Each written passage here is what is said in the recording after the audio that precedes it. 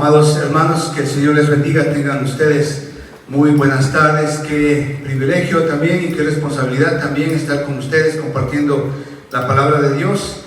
Espero que en casita ustedes hayan leído el capítulo 17 de Primera de Reyes, que nos va a ayudar a entender de qué va este sermón. Y justamente lo hemos titulado de esta manera, este sermón: ¿estás ahí? ¿Estás ahí? Esa es una pregunta, ¿no? ¿Estás ahí? Lo hemos titulado así al sermón. Así que, hermanos, acompáñenme a leer, por favor.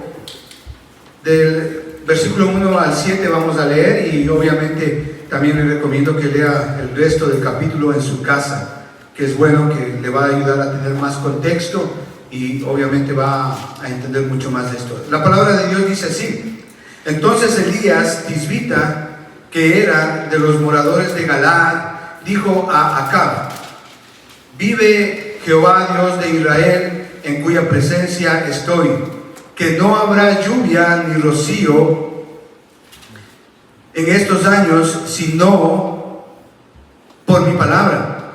Y vino a él palabra de Jehová diciendo: apártate de aquí y vuelve al oriente y escóndete en el arroyo de Kerit, que está frente al Jordán. Beberás del arroyo, y yo he mandado a los cuervos que te den ahí de comer.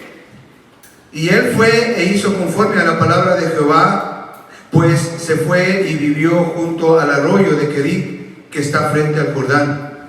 Y los cuervos le traían pan, carne por la mañana, y pan y carne por la tarde, y bebía del arroyo.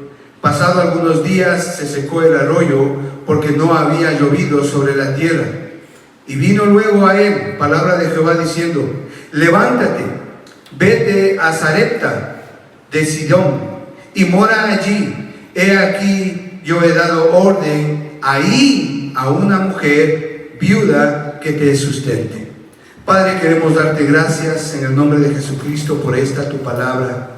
Señor, oramos, amado Padre, para que tú nos des de tu bendición en este día, Señor. Padre, oramos para que tu palabra, Señor, cuando es expuesta a nuestros corazones, dé su fruto, Señor. Te lo pedimos esto en el nombre de Jesucristo.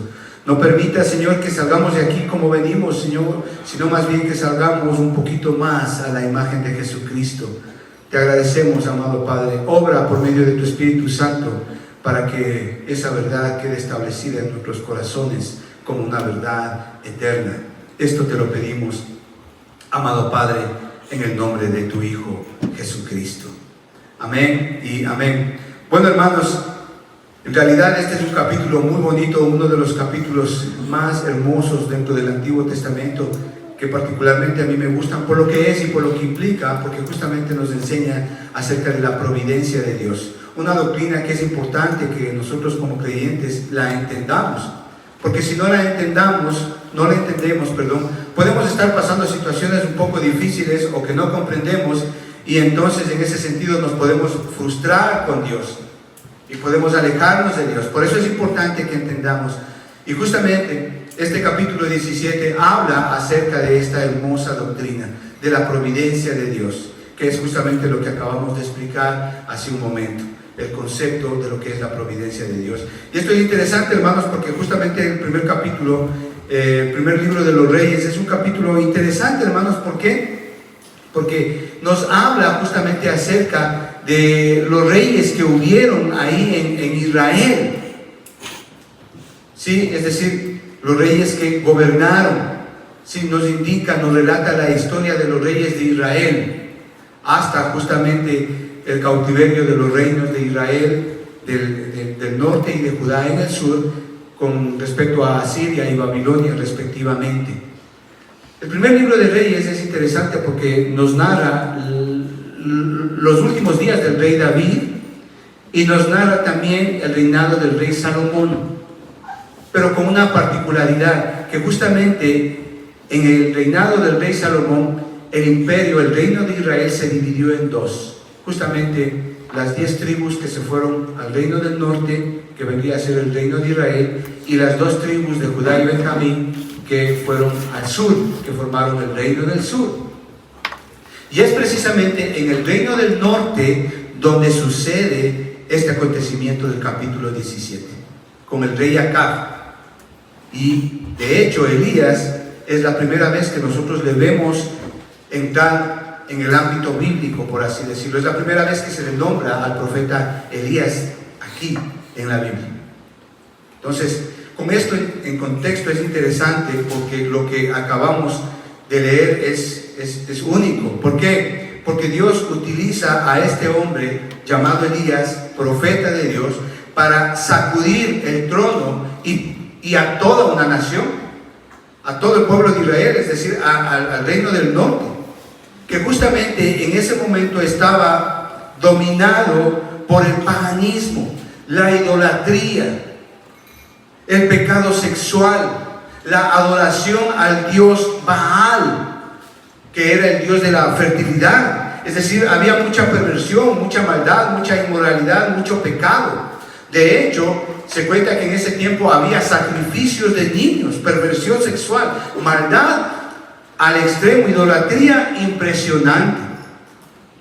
Y es ahí donde el Señor le da una palabra al profeta Elías para que vaya donde el rey Acab, que era el rey del reino del norte, y le dé esa palabra y le diga: oye, ¿sabes qué? Así ha dicho Jehová, que no va a llover por algunos años. De hecho, según Santiago, el libro de Santiago, no llovió por 3 años y medio. Santiago capítulo 5, me parece que es versículo 7, si no estoy más seguro. Entonces, es interesante porque Dios le da esa orden al profeta Elías, que vaya y les diga eso, que justamente estaban en ese momento de gran idolatría, gran pecado, se habían alejado totalmente de Dios. Y cuando Dios justamente permite que Elías se presente ante este rey Acab, según el versículo 30 del capítulo 16, el más perverso de todos los reyes que jamás haya existido en Israel. O sea, si la Biblia dice que era perverso, realmente era porque lo fue. Y aún así, el profeta Elías va y se presenta ante él y le dice, vemos ahí valentía de este hombre, y le dice que no iba a llover por algunos años. Ese fue un desafío realmente serio, divino, para la vida de Elías. Por cierto, acá estaba casada con Jezabel, ¿sí? Quien era pagana y quien promovía todo este pecado de la perversión sexual, la idolatría al dios Baal, los sacrificios a niños, y obviamente acá aprendió todo de su esposa. Aquí quiero hacer un pequeño paréntesis sin quererme salir del mensaje del sermón de hoy. ¿Qué quiero decirles acá? Que las esposas son de gran influencia, para bien o para mal. Y aquí vemos el ejemplo de una esposa que fue una mala influencia para su esposo. Obviamente el idólatra era pagano, ¿no? Sin embargo, cuando vemos que este desafío fue expuesto ante el rey Acab, Dios lo que le estaba diciendo al pueblo de Israel era que Él les enseñaría quién realmente es Dios, y que no habría ningún Dios ni ninguna ofrenda que puedan hacer ellos para que impida lo que Dios ya ha determinado que sea. Es decir, Dios lo que está diciendo por medio del profeta Elías es que a ustedes les va a venir un juicio de parte de Dios. Eso es lo que está diciendo, para resumir. Y eso va a ser por algunos años. Capítulo 2, del versículo 17, y vino palabra de Jehová, y el Señor le dice: apártate de ahí, porque ese juicio ya iba a venir. No habrá dioses que puedan detener eso, no habrá ofrendas que puedan detener eso. Dios va a cumplir y así lo va a hacer. Tan simple como eso. Y tan pronto como Elías se presenta ante el rey, por la palabra que Dios le dijo que vaya y diga, versículo 1, y Dios le dice dónde tiene que estar, en la presencia de este rey Acab. Y tan pronto como eso sucede, eso comienza a pasar, el juicio de Dios comienza a pasar. Y tan pronto como pasa esto, Dios le da una palabra a Elías y le dice: vete a Kerit, allá vas a estar ahí en ese arroyo, no te preocupes, yo te voy a mantener de todo. Eso es lo que le dice, versículos 2 y 3. Y vino palabra de Jehová diciendo: apártate de aquí y vuelve al oriente y escóndete en el arroyo de Querit, que está frente al Jordán. Le da una orden, Elías cumple esa orden, Dios le dice que vaya a un lugar específico, Elías va a ese lugar específico que esté. Versículos 4 y 6, miren, le dice: beberás del arroyo, y yo he mandado a los cuervos que te den allí de comer. Y los cuervos, versículo 6, le traían pan y carne por la mañana, y pan y carne por la tarde, y bebía del arroyo. Impresionante. Pero Dios tiene más planes todavía para este profeta Elías, porque cuando él llegue ahí y ya justamente se acabe el agua de ese arroyo, el Señor le da otra orden a Elías. Versículo 7. Pasados algunos días se secó el arroyo porque no había llovido sobre la tierra. Y vino luego a él palabra de Jehová diciendo: levántate, vete a Sarepta de Sidón y mora allí. Y he aquí, yo he dado orden allí a una mujer viuda que te sustente. Hermoso, hermano. Después de estar en Querit, donde Dios le dijo que estése, y donde ya el arroyo del agua se había secado, Dios le dice a Elías que se vaya a Sarepta. Dios le promete ahí a Elías que él ha hecho arreglos para que sus necesidades sean satisfechas y él pueda estar de una manera bien, por así decirlo. Es decir, para que ahí donde él va a estar, Dios le va a sustentar. ¿Qué vemos en todo esto?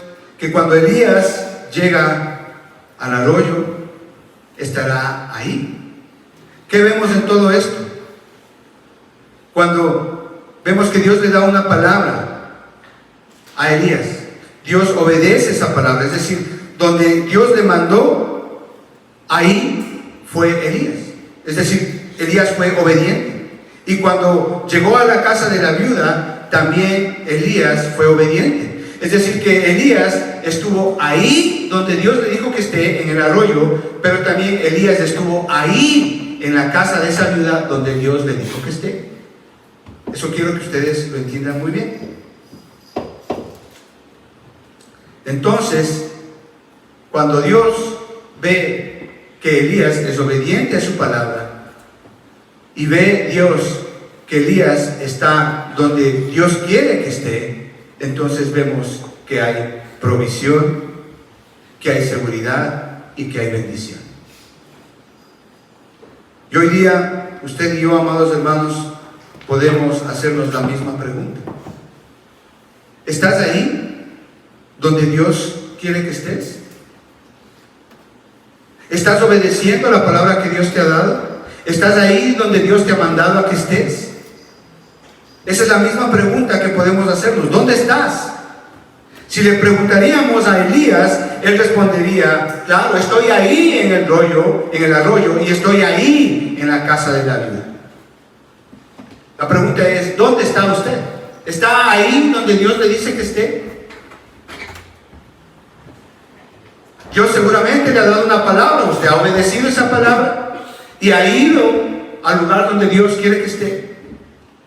Cuando vemos la palabra de Dios, a lo largo de la palabra de Dios, vemos estos grandes hombres de Dios y podemos hablar de ellos. Pero déjeme decirle, todos estos grandes hombres de Dios tuvieron un ahí, tuvieron una palabra y tuvieron un ahí, un lugar donde Dios les mandó a que estén. Para Noé, ahí había un arca. Para Daniel, ahí había un cuarto de oración. Para 3 hebreos, ahí había una celda de fuego. Para el apóstol Pablo, ahí había una celda en una prisión.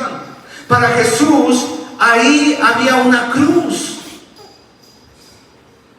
En otras palabras, ahí es el lugar en tu vida en la cual te encuentras, donde Dios te ha colocado, es decir, donde Dios quiere que estés. Ese es el ahí. Y cuando hayas llegado a ese ahí. La recomendación es que te quedes ahí y permanezcas ahí.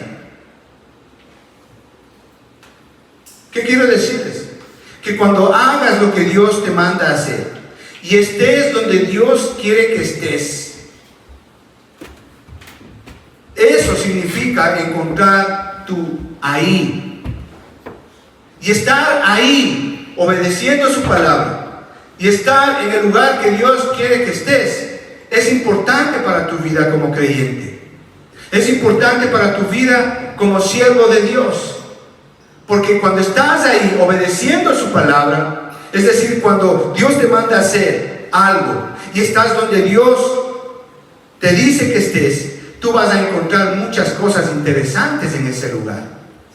Y eso es precisamente lo que vamos a ver ahí. Sin embargo, mi recomendación es que si tú estás obedeciendo la palabra de Dios y estás en el lugar que Dios quiere que estés, has llegado a tu ahí y sabes que estás en tu ahí, mi recomendación es que permanezcas ahí y te quedes ahí. Y es ahí donde tú vas a descubrir algunos aspectos muy importantes para tu vida. Primero, el estar ahí es un lugar donde las promesas de Dios se cumplen, como primer punto. Cuando vemos el capítulo 17, lo vemos en el contexto. Dios cumple. Estar ahí significa estar en el lugar donde la promesa de Dios se cumple. Si estás haciendo lo que Dios te manda a hacer, si estás donde Dios dice que estés, la promesa de Dios se cumple. Definitivamente se cumple. Observe el versículo 6. Y los cuervos le traían pan para comer por la mañana y pan para comer por la tarde, y bebían del arroyo. Observe el versículo 9. Levántate, vete a Sarepta de Sidón y mora allí. He aquí, yo he dado orden ahí a una mujer viuda que te sustente. Elías obedeció a la palabra de Dios y estuvo donde Dios le dijo que esté. Dios cumplió su palabra en ese aspecto. Dios proveyó de alimento y le sustentó en una casa con abrigo, protección y comida. Dios cumple su palabra. Dios no es hombre para que mienta. Dios cumple su palabra. Observen el libro de Romanos capítulo 4 versículo 21. Dice que Dios es poderoso para hacer todo lo que había prometido. Dios es poderoso para hacer todo eso. Observe Hebreos capítulo 6 y versículo 18. Dice que en los cuales es imposible que Dios mienta. Y esa verdad hace que nosotros tengamos un fortísimo consuelo en los que hemos acudido a Él. Salmo capítulo 138 versículo 2 dice: me postraré hacia tu santo templo y hablaré tu nombre por tu misericordia y tu fidelidad, porque has engrandecido tu nombre y tu palabra es sobre todas las cosas. Lo que tenemos que considerar acá en este punto es que si realmente somos obedientes a su palabra y si estamos en el lugar que Dios quiere que estemos, ese es el punto que nosotros debemos de ver en nuestra vida y tenemos que reflexionar si es que verdaderamente estamos obedeciendo su palabra y si verdaderamente estamos donde Dios quiere que estemos. Sin embargo, los que han llegado a su ahí están en condiciones de ver el poder y la gloria de Dios a favor de ellos de una manera abundante y sobrenatural. Efesios capítulo 3 versículo 20 dice: y aquel que es poderoso para hacer todas las cosas mucho más abundantes de lo que lo pedimos y entendemos, según el poder que actúa en nosotros. ¿Sí ve? Cuando obedecemos su palabra y estamos ahí donde Dios nos manda que estemos, Dios es poderoso para hacer todo, mucho más de lo que nosotros podamos entender, y nos da Él en abundancia. Es decir, que los que están en su ahí se colocan en una posición de dependencia de Dios. dependen totalmente de Dios. Usted no le ve a Elías argumentando: Señor, bueno, me voy allá cerca del arroyo y ¿qué voy a comer? ¿De qué voy a vivir? Elías no argumenta con Dios de eso. Cuando le manda a que vaya a Sarepta, que queda cerca del Líbano, un lugar gentil, pagano. Y cuando hablamos de una viuda, estamos hablando de una mujer pobre, que carecía absolutamente de todo. Usted no le ve argumentando al profeta Elías diciendo: oye, Señor, pero ¿cómo me vas a mandar allá donde esa viejita viuda que no tiene ni qué comer? Es más, Sarepta es un lugar pagano, de idólatras, gentil. ¿Cómo me vas a mandar allá? No. Elías no argumenta de esa manera. Elías obedece y está en el lugar que Dios quiere que esté. Y ahí, a pesar de las circunstancias que puedan ser adversas o difíciles o que no entienda, Dios le provee. Y le provee en abundancia. Por eso es que yo les digo, hermano, estar ahí nos coloca en una posición de dependencia de Dios, de depender plenamente de Dios. Los que no llegan ahí, los que no obedecen la palabra de Dios, los que no están donde Dios les dice que estén, se ponen realmente en una posición muy, muy difícil. ¿Por qué? Porque ellos están dependiendo de sí mismos. Y eso no es bueno, para nada. Eso no es bueno. Proverbios capítulo 3, versículos 5 y 6 dice así: fíate de Jehová de todo tu corazón y no te apoyes en tu propia prudencia. Reconócelo en todos tus caminos y Él enderezará tus veredas. Segunda de Corintios capítulo 3, versículos 5 dice así: no seamos competentes para nosotros mismos, para pensar algo como de nosotros mismos, sino que nuestra competencia proviene de Dios. ¿Se da cuenta lo que está diciendo acá? Lo que podemos hacer o lo que no podemos hacer es de parte de Dios. Y siempre a lo largo de las Sagradas Escrituras, el Señor nos llama a depender de Él, a confiar en Él, a creerle a Él. Juan capítulo 15, versículo 5, habla de que si nos separamos de Él, sencillamente morimos, así como el pámpano a la vid. Separados de Él, nada somos. ¿Se da cuenta? Cuando obedecemos su palabra y estamos en el lugar que Dios nos dice que estamos en un lugar donde Dios cumple su palabra. Él cumple sus promesas. Pero también, como segundo punto, estar ahí no solo significa que Dios cumpla sus promesas, sino también, como segundo punto, estar ahí es un lugar donde vemos la provisión de Dios. Versículos 6 y 9. Y los cuervos traían pan y carne. Versículo 9. Dice que el Señor ha provisto a una mujer que le va a sostener, de todo. Versículos 15 y 16 del capítulo 17, miren. Entonces ella fue e hizo conforme lo que dijo Elías, y comió él y ella y su casa por muchos días. Impresionante. El aceite y la harina no se acababan. Versículo 16, y la harina de la tinaja no se secó, ni el aceite de la vasija menguó, conforme a la palabra de Jehová había dicho por Elías. Estar ahí significa no solamente que Dios cumpla nuestras promesas, sino que también estar ahí significa estar en el lugar donde vemos la provisión de Dios. Vemos que cuando Elías hizo conforme a la palabra de Jehová y llegó al lugar donde quería que vaya, versículo 6, dice que los cuervos le traían pan y carne, de mañana y de tarde. ¿De dónde lo traían? ¿De dónde traían pan y carne los cuervos? La respuesta es muy simple. No lo sé, no lo sabemos. Pero sin embargo, Dios proveyó en su providencia para que estos cuervos trajeran alimento para Elías.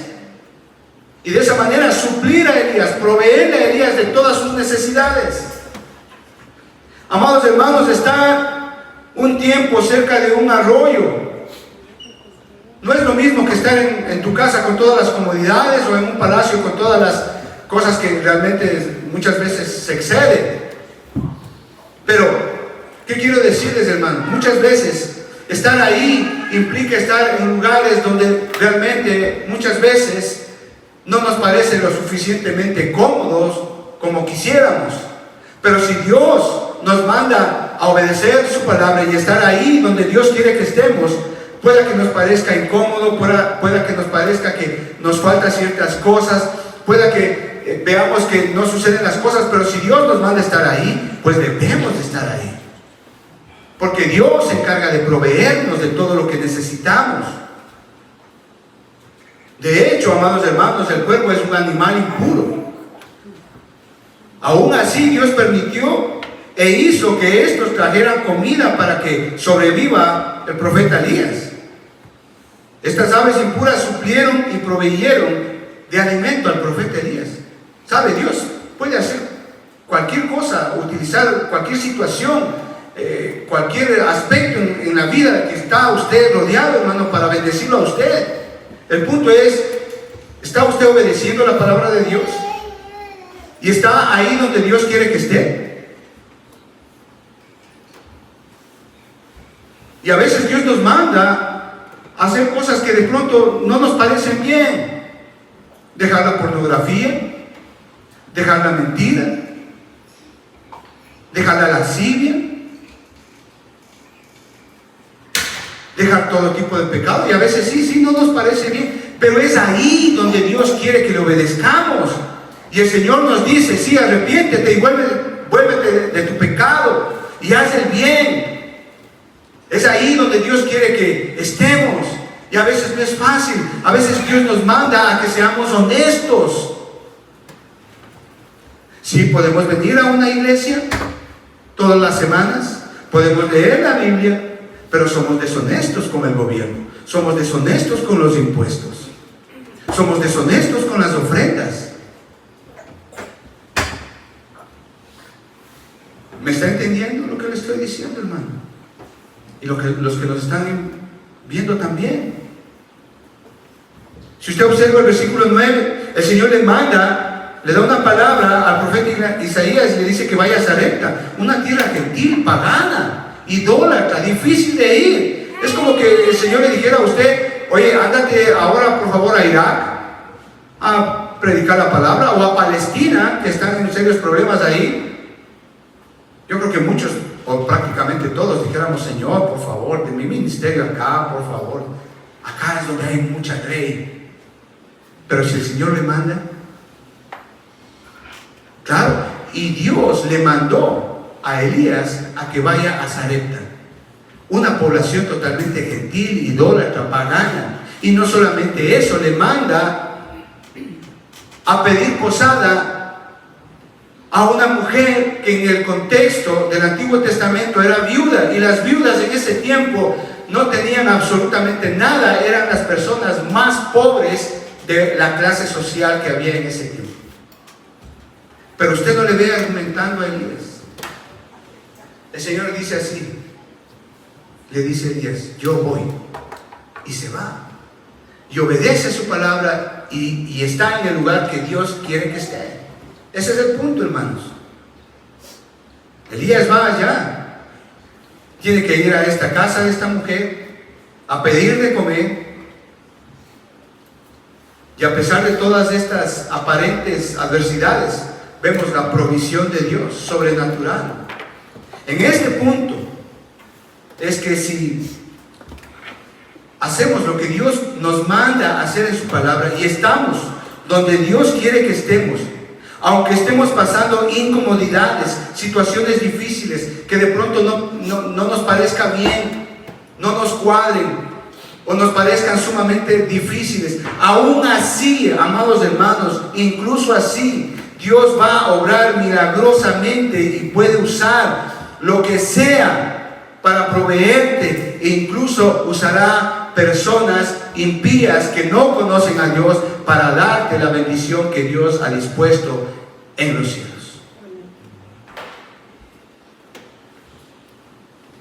Y eso precisamente es lo que vemos en la vida de Elías. Él está siendo suplido de todas sus necesidades por la providencia de Dios. Y cuando usted llegue ahí, en su propia vida, entenderá que Dios es el que promete y también es el que cumple. Es decir, que Dios no solamente es el que provee, sino también el que suple de todas las cosas que nosotros necesitamos. Filipenses capítulo 4 versículo 19 dice: mi Dios pues suplirá de todo lo que os falta conforme a sus riquezas en gloria en Cristo Jesús. Dios es quien suple de todo lo que necesitamos. El punto es obedecer su palabra y estar donde Dios quiere que estemos. Pero no solamente vemos que Dios cumple su palabra, sino que también vemos que Dios nos da la provisión que necesitamos. Y como tercer punto vemos que estar ahí es el lugar donde la providencia de Dios se manifiesta de una manera sobrenatural, milagrosa. Lea el versículo 4.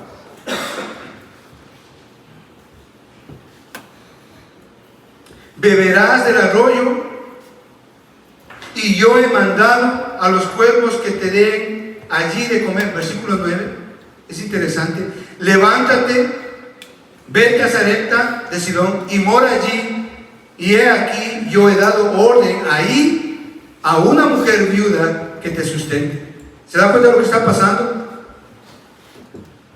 Vemos la providencia de Dios al máximo. Dios, que es el creador del tiempo, Dios que está en la eternidad, Dios que es todopoderoso, sublime, santo, excelso, omnipotente, omnisciente, lleno de amor, de gracia, de poder, excelso por todas las cosas, el que crea todo. Él es el dueño del tiempo. Y Dios es un Dios que obra en ambos extremos del tiempo. Y cuando Elías llega ahí, es decir, tanto a Querid como a Sarepta, Dios ya había planeado todo para que los cuervos le den carne y para que la mujer, la viuda, le sustente. ¿Se da cuenta de eso?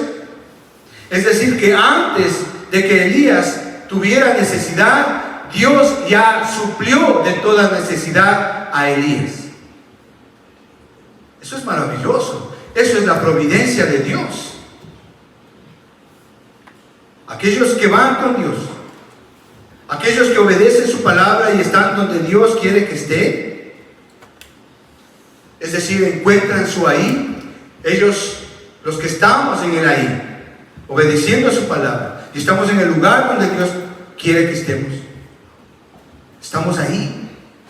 Y cuando estamos ahí, vamos a observar algunas cosas en cuanto a Dios.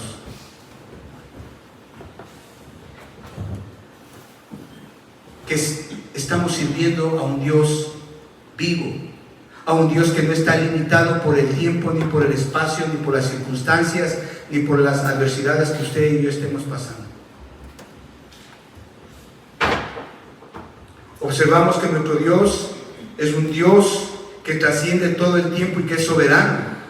Y entendemos cuando estamos ahí que Dios es el dueño de tu mañana y de mi mañana. A Él le pertenece todo, y todo lo que ocurre en tu vida es el resultado de su perfecta voluntad. No hay coincidencias, no hay accidentes, no hay un plan B para Dios. Todo Dios ya lo ha planificado en la eternidad, no solamente para cumplir sus promesas en tu vida, no solamente para proveerte de todo lo que necesitas en tu vida, sino para mostrar su gloria, para mostrarte a ti que el Dios en el cual tú crees es excelso y poderoso, sublime y santo. y que Él es capaz de proveerte de todo lo que necesitas, sea material o espiritual. El punto es que tú debes de obedecer la palabra de Dios, su palabra, y estar en el lugar donde Dios quiere que estés. Solo existe la providencia de Dios llevada a cabo en su plan y su voluntad en todas las vidas de sus hijos. Es cierto, a veces no es fácil dar un paso de fe, pero aún así debemos de hacerlo. Elías aprendió más sobre Dios y su poder de lo que él pudo haber jamás aprendido en cualquier otro lugar. Pero él lo hizo cuando él obedeció su palabra y cuando él estuvo donde Dios quiso que esté. Ese es el punto. Estar ahí fue sin duda difícil para Elías, y sin duda va a ser difícil también para nosotros. Es un asunto de fe, pero fue lo mejor que hizo Elías: obedecer la palabra y estar ahí donde Dios le dijo que esté, y nunca le faltó nada. Al contrario, cuando vemos el final del capítulo 17, vemos a un hijo resucitado y a una viejita creyente, y Dios glorificado en todo.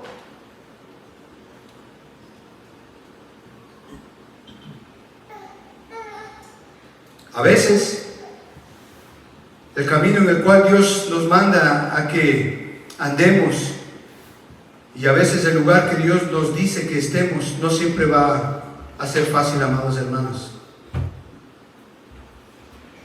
Puede haber carencias, incluso no nos puede gustar, nos puede parecer algo difícil, pero si escuchamos su palabra y estamos donde Dios quiere que estemos, sin duda alguna veremos la providencia de Dios de una manera absoluta en nuestras vidas.